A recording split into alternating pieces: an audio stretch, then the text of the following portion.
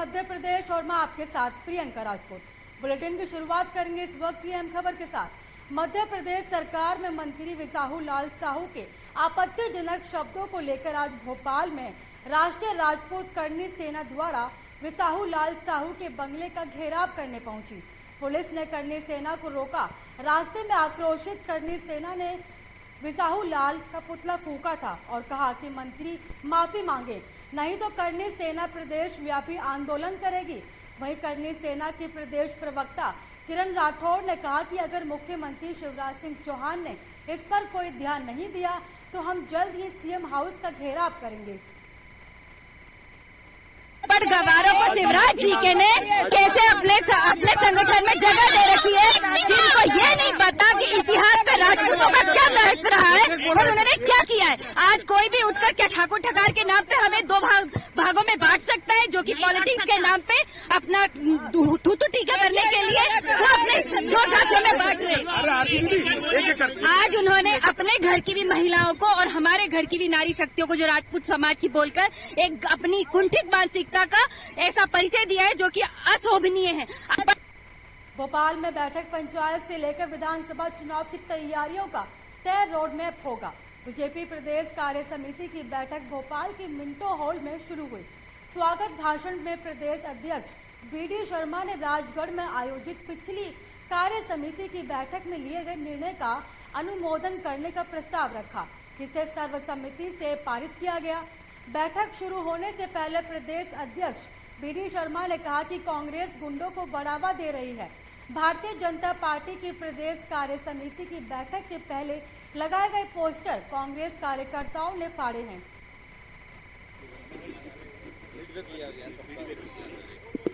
ये भाजपा में ही संभव है और किसी दल में ये संभव ही नहीं है। राष्ट्रीय कार्य समिति के बाद में जिले प्रदेश की कार्य समिति, समय सीमा निश्चित है। प्रदेश कार्य समिति के बाद जिले की कार्य समिति, समय सीमा निश्चित है कि 6 तारीख तक हो जाएगी। जिले की कार्य समिति के बाद मंडल की कार्य समिति, समय सीमा निश्चित है। आपने सुनी कभी कि कांग्रेस में मंडलों की बैठक हो रही है? देखिए, पार्टी में हमारे वरिष्ठ नेतृत्व है। हमारी पार्टी का साफ एजेंडा है राष्ट्र उत्थान, मानव सेवा। उसके लिए हमेशा हम लोग काम करते हैं। कोरोना काल में भी आपने देखा होगा, जब हर समय और राष्ट्र का उत्थान प्रथम एजेंडा है और उसके लिए हम काम कर रहे हैं। और उनके लिए क्या क्या कार्य योजनाएं होनी चाहिए, क्या क्या पार्टी के एजेंडा कार्य समिति में बैठ करके सर्वसम्मति से तैयार होता है, उस पर काम करने का आगे का तय होता है, करते हैं। भोपाल से बड़ी खबर सामने आ रही है। बता दें कि पिपलानी में एक ही परिवार के 5 लोगों ने जहर खाया। इस वक्त की बड़ी और अहम जानकारी आपको भोपाल से दिखा रहे हैं, जहां एक ही परिवार के 5 लोगों ने जहर खाया। आपको बता दें कि पति पत्नी और उनके 2 बच्चियों समेत पति की मां ने जहर खाया था। सभी को इलाज के लिए अस्पताल पहुंचाया गया। इलाज के दौरान 16 साल की बच्ची की मौत हो गई। बाकी सबकी स्थिति खतरे से बाहर बताई जा रही है। आपको इस वक्त की बड़ी और अहम जानकारी भोपाल से दिखा रहे हैं, जहां पर एक ही परिवार के 5 लोगों ने जहर खाया, जिसके बाद सभी को इलाज के लिए अस्पताल पहुंचाया गया। वहीं इलाज के दौरान 16 साल की बच्ची की मौत हो गई। आपको बता दें पूरा मामला पिपलानी थाना क्षेत्र का है। भोपाल के गांधी भवन में युवा कांग्रेस द्वारा इंदिरा गांधी की जीवनी पर प्रदर्शनी लगाई गई। प्रदर्शनी का शुभारंभ शुक्रवार को प्रदेश के पूर्व मुख्यमंत्री कमलनाथ द्वारा किया गया। पूर्व सीएम कमलनाथ ने प्रदर्शनी का उद्घाटन करने के बाद गांधी भवन के हॉल में लगी प्रदर्शनी का अवलोकन कर युवा कांग्रेस के कार्यकर्ताओं को इस अनूठी पहल के लिए बधाई दी। उसके बाद मीडिया से चर्चा करते हुए कमलनाथ ने कहा कि भारत रत्न इंदिरा गांधी की जो प्रदर्शनी है, इससे नई पीढ़ी को इतिहास का ज्ञान मिले, ये बहुत आवश्यक है। उन्होंने आगे कहा कि इंदिरा गांधी जी ने प्रधानमंत्री रहते हुए देश के लिए कई आविष्कार किए। उन्होंने कहा कि जब भारत की बात आती है तो पूरे विश्व में इंदिरा गांधी का नाम आता है। की इंदिरा उनकी पूरी जीवनी पर प्रदर्शनी लगाई। नई पीढ़ी उस इतिहास का ज्ञान रेवान आईडी चमक रही है। ये बहुत बड़ी आवश्यकता है। इंदिरा गांधी जी ने भैया आप थोड़ा नीचे हो जाइए, कार्यकाल था, भैया नीचे हो जाइए आप। प्रधानमंत्री भाई नहीं पर केवल कांग्रेस अध्यक्ष का भी उन्होंने आईडी ऊपर रखो ना यार। अगर भारत की बात करते हैं पूरे विश्व में इंदिरा गांधी का नाम आता है। छिंदवाड़ा के 1.5 लाख बच्चों का भविष्य संवारने की बड़ी शुरुआत की गई।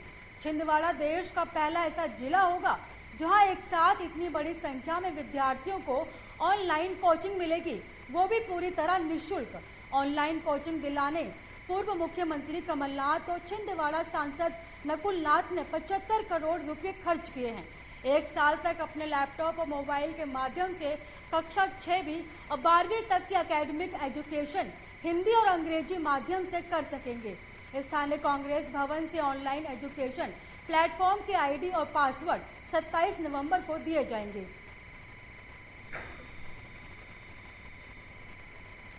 आज स्थानीय राजीव भवन में जिले के विभिन्न पदाधिकारियों के साथ एक मीटिंग आयोजित की गई थी, जिसमें माननीय कमलनाथ जी के जन्मदिन के उपलक्ष्य में एमवाइब संस्था द्वारा छिंदवाड़ा जिले के 1.5 लाख छात्रों को निःशुल्क कोचिंग की सुविधा कैसे उपलब्ध कराई जाए उसकी रूपरेखा यहाँ तैयार की गई।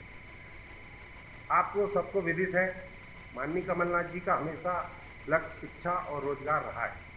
उसी कड़ी में हमारे युवा सांसद जिन्होंने हमेशा अपने भाषणों में जिक्र किया कि छिंदवाड़ा शिक्षा और चिकित्सा का हब बने। जबलपुर के बकरा मंडी के पास रहने वाले एक युवक ने अपनी भाभी को मौत के घाट उतार दिया। घटना को अंजाम देने के बाद खुद ही पुलिस थाने पहुंचकर पूरी घटना की जानकारी दी। खून से सने कपड़े पहनकर जब युवक थाने पहुंचा और हत्या की बात करने की बात कबूली, तो पहले तो पुलिस को युवक की बात पर विश्वास नहीं हुआ, पर जब पुलिस ने युवक की बताए हुए घर पर पहुंचकर देखा तो वहां महिला मृत अवस्था में पड़ी थी। जिसके बाद पुलिस ने आरोपी युवक को गिरफ्तार करते हुए मृत महिला के शव को पोस्टमार्टम के लिए भिजवा दिया। सर बताएं क्या मामला है? मामला ऐसा है, लगभग 4 बजे एक शख्स है जो राजा चक्रवर्ती अपना नाम बताया और थाने में आगे बताया कि मैंने अपने भाभी का मर्डर कर दिया है। हम सभी लोग बड़े अचंभित हो गए। उससे पूछा कि क्या तुम सही बोल रहे हो? उसने बोला हाँ सर, मैंने अपनी भाभी का मर्डर कर दिया है।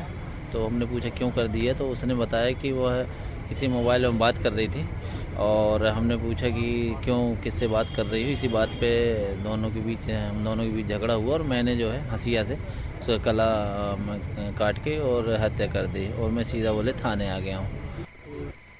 जबलपुर में रिठौरी गांव में शादी की पार्टी में कॉफी मशीन फटने से 2 लोग झुलस गए।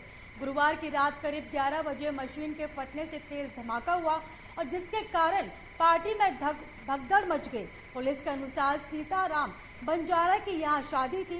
कॉफी मशीन फटने से 2 लोग बुरी तरह झुलस गए। घायलों को पार्टी में मौजूद लोगों ने शासकीय अस्पताल से ले जाकर भर्ती कराया गया, जिनमें से एक व्यक्ति गंसोड़ निवासी गोपाल बंजारा की उपचार के दौरान मौत हो गई। वहीं अंशिका बंजारा की हालत रात तक नाजुक बनी रही। घटना की जानकारी मिलने पर खमरिया थाने का स्टाफ भी अस्पताल पहुंच गया था। हादसा कैसे हुआ, इस संबंध में पुलिस छानबीन कर रही है। रिठौरी मैदान में एक शादी समारोह चल रहा था। रायपुर से बारात आई हुई थी, जो कि यहाँ बंजारा समाज की बारात थी। रायपुर से आई हुई थी बच्ची की शादी में, माया बच्ची का नाम है, जिसका शादी हो रही थी। तो हम लोग नाइट में थे। थाना प्रभारी महोदय जी को फ़ोन द्वारा सूचना मिली कि वहाँ जहाँ शादी समारोह हो रहा है वहाँ पर जो काफ़ी मशीन है वो बस्ट हो गई, उसमें कुछ लोग घायल हो गए हैं। तो वहाँ पर जाकर के देखे तो घायलों को लेकर के यहाँ आ गए थे तुम्हारे आयन निर्माणी अस्पताल। कोरोना महामारी के चलते जहां एक और लोगों के व्यवसाय छिन गए, कई परिवार भूखमरी के कगार पर पहुंच गया। वहीं प्राइवेट स्कूलों की मनमानी दिन ब दिन बढ़ती जा रही है। ऐसा ही एक मामला जबलपुर में ग्वारी घाट के पोली पथार स्थित खालसा स्कूल में देखने को मिला है, जहां पर अपने बच्चों की टीसी निकलवाने के लिए महिला से स्कूल प्रबंधन ने 25,000 की मांग कर डाली। आपको बता दें कि पैसों की मांग को लेकर परेशान महिला जहर खाने तक को तैयार हो गई। इस बात की भनक जब क्षेत्रीय कांग्रेसी नेताओं को लगी तो महिलाओं के समर्थन में कांग्रेसी नेताओं द्वारा स्कूल में प्रदर्शन किया गया और जमकर नारेबाजी की गई। वही महिला का कहना था कि वह 2 साल से टीबी की बीमारी से पीड़ित थी और उसके पास खाने तक का ठिकाना नहीं है। ऐसी स्थिति में वह स्कूल प्रबंधन की इस अनैतिक मांग को कहां से पूरा करेगी। मेरे बच्चे 2 साल से नहीं पढ़ रहे यहाँ पे और सिर्फ चौथी का ये मार्कशीट रखा है मेरे पास। सिर्फ चौथी और दूसरी मेरे 2 बच्चे पढ़ते थे, आर्यन और सृष्टि, दोनों बच्चे पढ़ते थे। और उसके बाद चौथी का रिजल्ट मिल गया मेरे को। 5वीं में मात्र 2 दिन मेरी बेटी आई है और मेरा बेटा, और उसके बाद मेरी तबीयत खराब हो गई, मुझे टीबी हो गया था जो बोलना साहब, तो मैं एडमिट थी। तो मैंने इन्हें फ़ोन किया यहाँ से मेरे को, तो बोलते हैं कि आपके बच्चे पढ़ेंगे कि नहीं। तो मैंने कहा सर, जो क्लास टीचर है इनके अजय सर, मैंने कहा कि मेरे बच्चे नहीं पढ़ेंगे, मेरे बच्चे नहीं पढ़ पाएंगे क्योंकि मेरी इतनी औकात भी नहीं है, न मेरी हैसियत है, न मेरी स्थिति है अभी आने की स्कूल। मैंने कहा एडमिशन मैं नहीं पढ़ पाएंगे मेरा, इसलिए नाम काट दीजिए आप। तो बोलते हैं कि पेपर दे। मैंने कहा नहीं दे पाएंगे सर, मैं नहीं दे पाऊँगी पैसा वैसा। जिस तरीके से आप भी देख रहे हैं कि कोरोना काल में इतनी महामारी के बावजूद भी लोगों की बच्चों की फीस जो वसूली जा रही है, और एक तरफ अपने आप को शिवराज सिंह चौहान मामा बोल रहे हैं, ऊपर से फरमान निकाल रहे हैं कि स्कूल अब मनमानी फीस अपनी वसूल सकता है। जिस क्लास में 2 साल में बच्चा एक क्लास भी ना पढ़ा हो और उसकी माँ बाप की स्थिति खाने को भी स्थिति ना हो, ये बच्चा बैठा है सामने, उसकी माँ जहर खाने को तैयार है, उससे फीस मांगी जा रही 25,000 रुपये। वो कहाँ से, उसको खाने को ठिकाना नहीं है, वो 25,000 रुपये फीस क्या देगा। एक तरफ शिवराज सिंह चौहान बोलता है कि पूरे मामा सबका हमने ठेका लिया।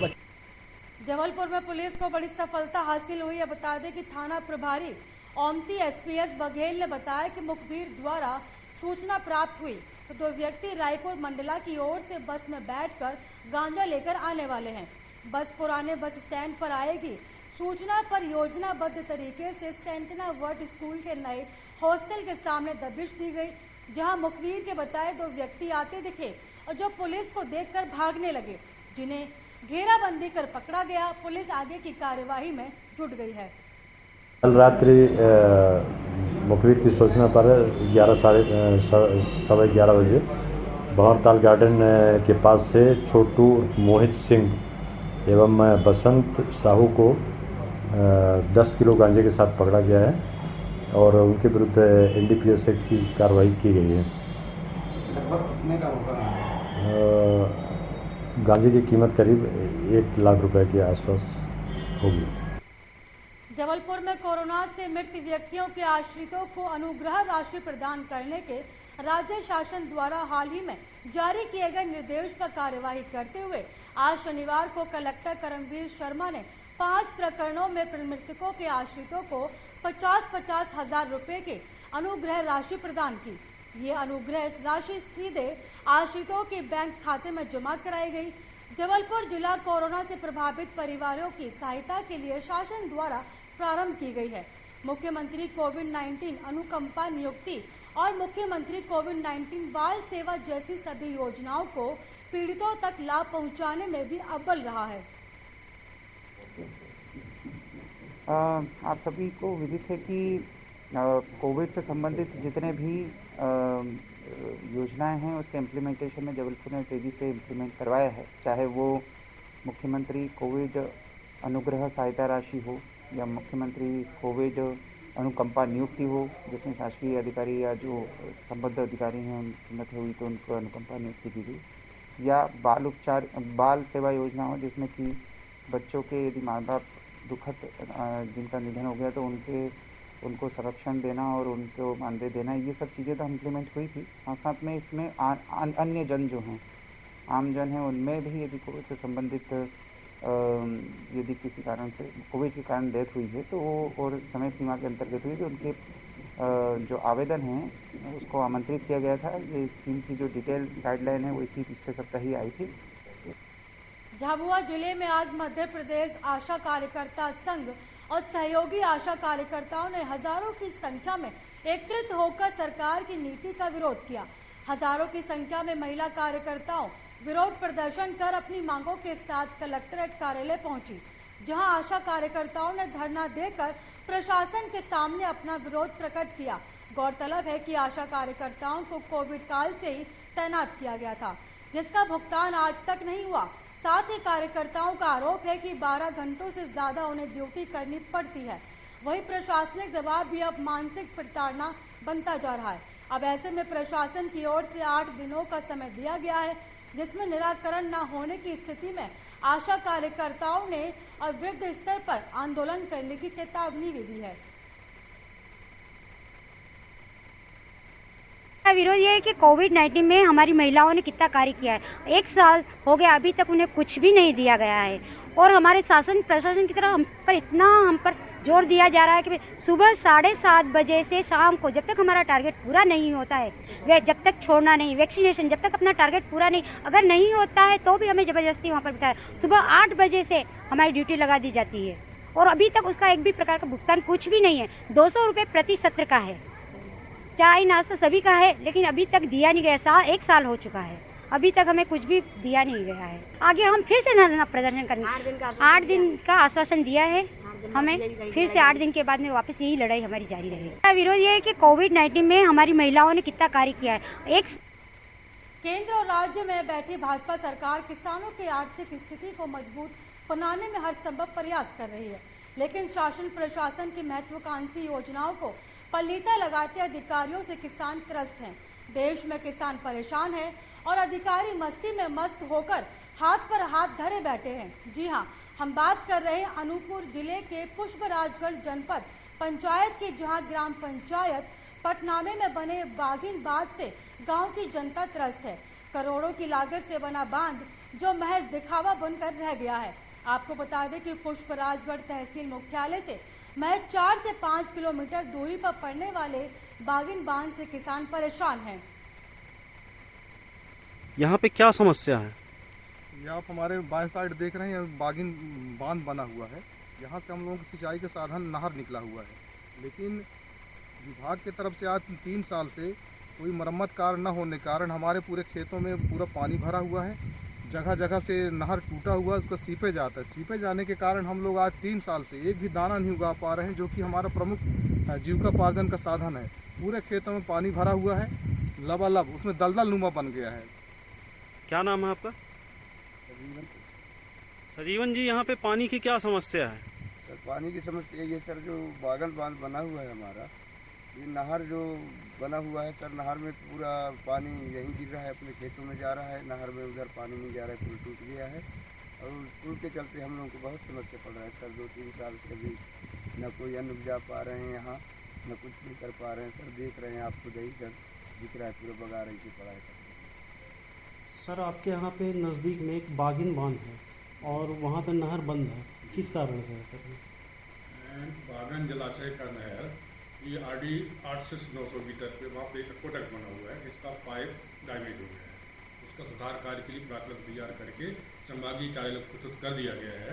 जैसे ही प्राथमिक उसमें निर्माण कार्य स्वीकृत होता है, उसका निर्माण कार्य कराएंगे। सर, कब से बंद है ये बांध? लगभग 2 साल से। तिवारी जी, यहाँ पे बांध की वजह से क्या समस्या आ रही है आप लोग के साथ में?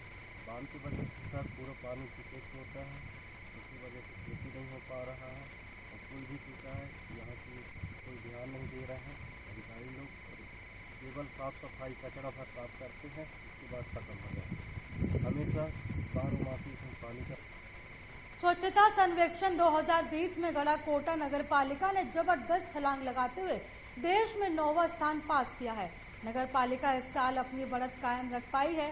स्वच्छता सर्वेक्षण 2022 में और अधिक मेहनत करनी है, ताकि नगर पालिका गढ़ा कोटा की रैंक पूरे देश में और अच्छी हो सके। हर वार्ड में कचरा कलेक्शन के लिए समय पर वाहन पहुंचना, जिससे सड़कें साफ रहें। और लोगों ने अब ऐप डाउनलोड कर फीडबैक तो दिया है और उसका उपयोग भी किया है। अवार्ड मिला है नगर पालिका गढ़ा कोटा वर्ष 2020 में 212 थी रैंक। वर्ष 2021 में नगर पालिका की रैंक 93 हो गई है। ये हमारी निकाय के सभी कर्मचारियों का पूर्ण सहयोग, नगर की जनता का सहयोग, नगर की हमारी जनता का जो माने सहयोग मिला है, बहुत सराहनीय सहयोग है। उनके सहयोग से ही हम इस रैंक पे पहुँचे हैं और आशा करते हैं कि भविष्य में भी हमें कर्मचारियों का और हमारे नगर की जनता का, हमारे नगर के गणमान्य नागरिकों को, बुद्धिजीवी व्यक्तियों का सहयोग इसी प्रकार मिलता रहेगा। सागर के बुंदेलखंड मेडिकल कॉलेज के सामने युवक पर कुछ बदमाशों ने तलवार से हमला कर दिया। तलवार लगने से युवक घायल हुआ। दिन दहाड़े तलवारबाजी होने से क्षेत्र में हड़कंप मच गया। सूचना पर पहुंची पुलिस और भाग रहे बदमाशों में से एक को धर दबोच लिया गया। वहीं घायल को अस्पताल में भर्ती कराया गया, जहां उसका इलाज चल रहा है। मामले में पुलिस फरियादी से विवाद के कारणों के संबंध में पूछताछ कर रही है। वहीं मारपीट करने वालों की तलाश की जा रही है और पुलिस बल मौके पर तैनात है। शाजापुर से इस वक्त की बड़ी और अहम जानकारी आपको बता रहे हैं, जहां ITI के छात्रों में साइकिल रैली निकाली है। इस वक्त की बड़ी और अहम जानकारी आपको शाजापुर से बता रहे हैं, जहां ITI के छात्रों ने साइकिल रैली निकाली। आपको बता दें कि आज आज़ादी का 75वां अमृत महोत्सव मनाया गया।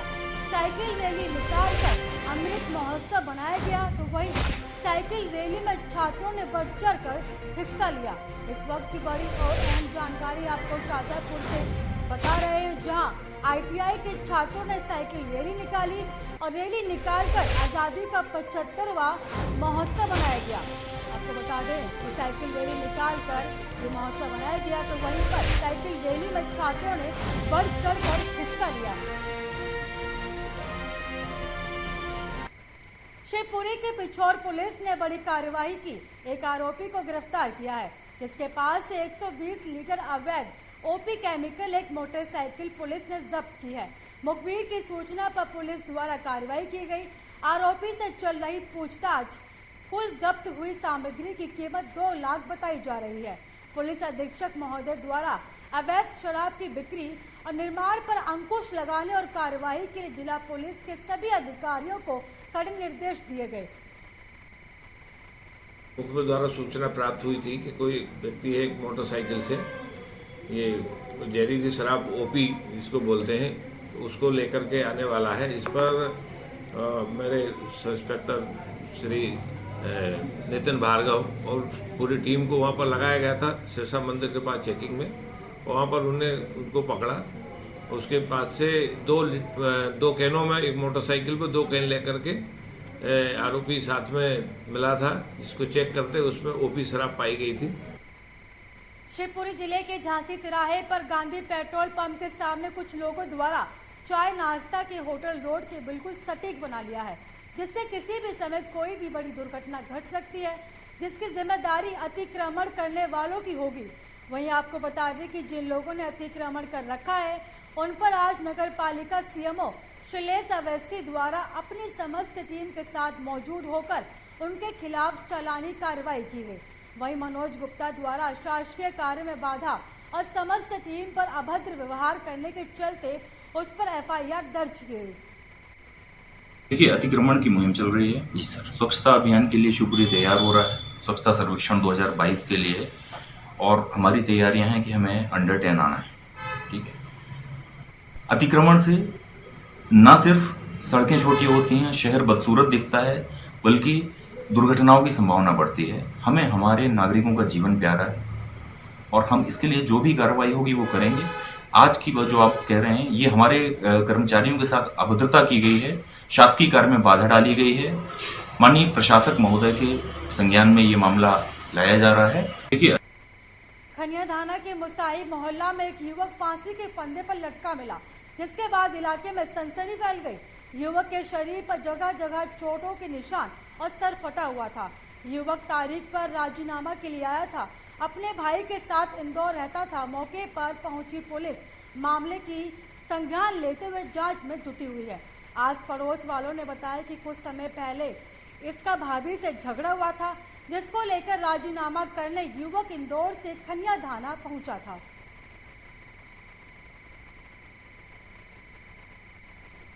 आज विश्व हिंदू परिषद बजरंग दल प्रखंड कुरवई के द्वारा धर्म रक्षा समर्पण निधि संकलन करने के लिए बजरंग दल जिला संयोजक सचिन यादव के नेतृत्व में घर घर जाकर लोगों से आह्वान किया गया, जिसमें लोगों ने श्रद्धा के अनुसार राशि समर्पित की धर्म रक्षा निधि से विश्व हिंदू परिषद बहुत ही सेवा कार्य करती है। इस अवसर पर प्रखंड संयोजक मिंटू परिहार, प्रखंड अध्यक्ष मंजीत तिवारी, जिला सह समरसता प्रमुख करतार सिंह डांगी, प्रखंड सह संयोजक रवि लोधी के अलावा ऋषभ ठाकुर, राजेश सेन आदि सम्मिलित हुए। इस बुलेटिन में मुझे दीजिए इजाजत और देश की तमाम खबरों को देखने के लिए देखते रहिए लोकमंच न्यूज।